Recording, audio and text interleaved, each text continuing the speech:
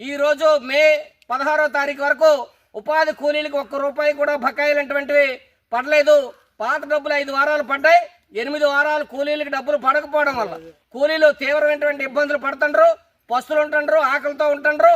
కాబట్టి కూలీలకు వెంటనే బకాయిలు విడుదల చేయాలని చెప్పేసి డిమాండ్ చేస్తా ఉన్నాం.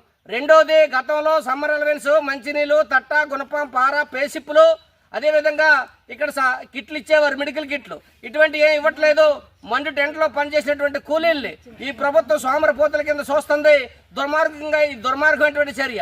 కాబట్టి వెంటనే ఉపాధి కూలీలకి వెంటనే బకాయిలు విడుదల చేసి తట్ట, గుణపం, పార, మంచినీళ్ళు, సమ్మర్ అలవెన్స్, టెంట్, మెడికల్ కిట్లు ఇవ్వాలని చెప్పేసి డిమాండ్ చేస్తా ఉన్నాం.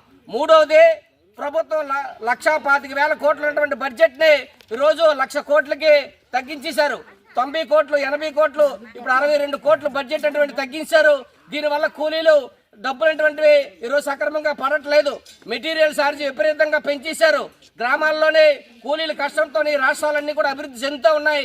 కానీ కూలీలకు మాత్రం సకాలంలో డబ్బులు వచ్చేటువంటి పరిస్థితి ఈరోజు కనిపించట్లేదు. మొన్న 2 లక్షల రూపాయలు ఇన్సూరెన్స్ ఇచ్చామని చెప్పారు. 2 లక్షలు కాదు, 25 లక్షల రూపాయలు ఇన్సూరెన్స్ ఇవ్వాలి. ఎందుకంటే మనిషి ప్రాణం చాలా విలువైనటువంటిది. అటువంటి ప్రాణం మని టెంట్లోనే ఈరోజు వడదబ్బను కూడా లెక్క చేయకుండా కూలీలు పనిచేస్తుండ్రు.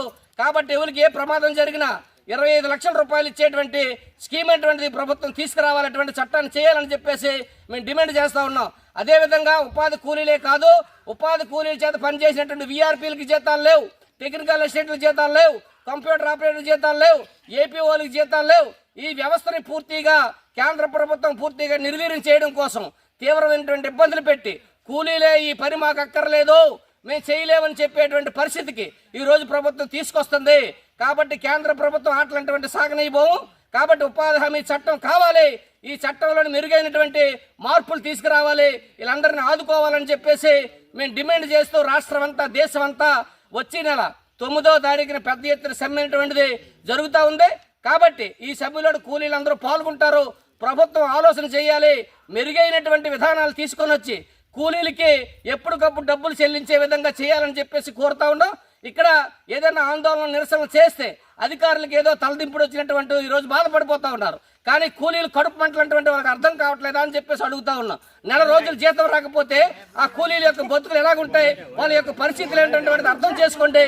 కాబట్టి ఆ విధంగా మీరందరూ కూడా రానున్న రోజుల్లోనే ప్రతి కూలీకి 15 రోజుల్లోగా బిల్లులు చెల్లించకపోతే కూలీలే పోలీస్ స్టేషన్లకు వెళ్ళి పెద్ద ఎత్తున వాళ్ళ కంప్లైంట్లు ఇచ్చి, ఫిర్యాదులు ఇచ్చి వాళ్ళు డబ్బులు వసూలు చేసుకుంటారు. ఆ విధమైన పరిస్థితులు రాకుండా ఈరోజు ఉద్యోగులకి, కూలీలకి, శ్రామికులు ఎవరైతే ఉన్నారో వాళ్ళందరికీ తక్షణమే బకాయిలు విడుదల చేయాలి.